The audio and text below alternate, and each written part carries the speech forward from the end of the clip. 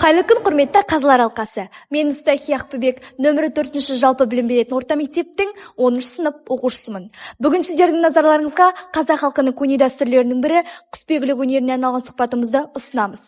Құсбегілік ерліктің, шеберліктің, табиғатқа деген құрметтің нышаны. Осы дәстүрдің мән-маңызын тереңірек түсіну мақсатында біз тәжірибелі құсбегімен сұхбаттасып көрдік. Ендеше назарларыңызға құсбегімен өткізілген сұхбатымызды ұсынамыз. Сәлеметсіз бе? Өзіңіз туралы айта кетсеңіз, аңшылықпен айналысқаныңызға қанша жыл болды? Сәлеметсіз бе? Мен есімім Дәулет, Башев Дәулет. Құсбегілікпен айналысқаныма Бүркітті қалай қолға үйреттіңіз және қайдан алдыңыз?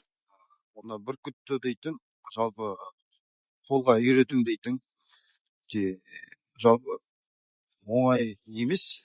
Құсты, қыран құсты біздер даладан балапандай ұстап, или болмаса түздей дейді. Түз дегеніміз далада мына жабайы жүрген құсты тордан үйретеміз.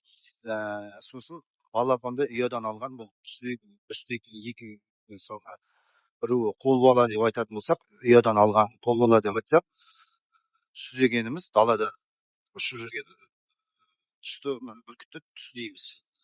Сол мына бүркіт балапаннан алғанда ол қолбаланың өсесін, тәрбиелейсің.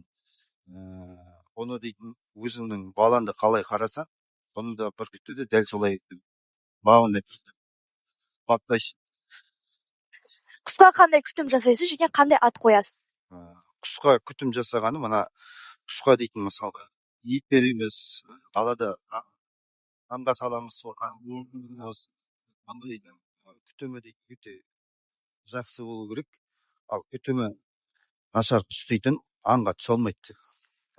Бүркітті дейтін өте қатты етті де жуып, шайып та береміз. Мысалы, аңшылықтың уақытында бүркітті дейтін еті тартып, кішкене асқазан тазалап, күтіп ұстау керек болады, салмаға түсер.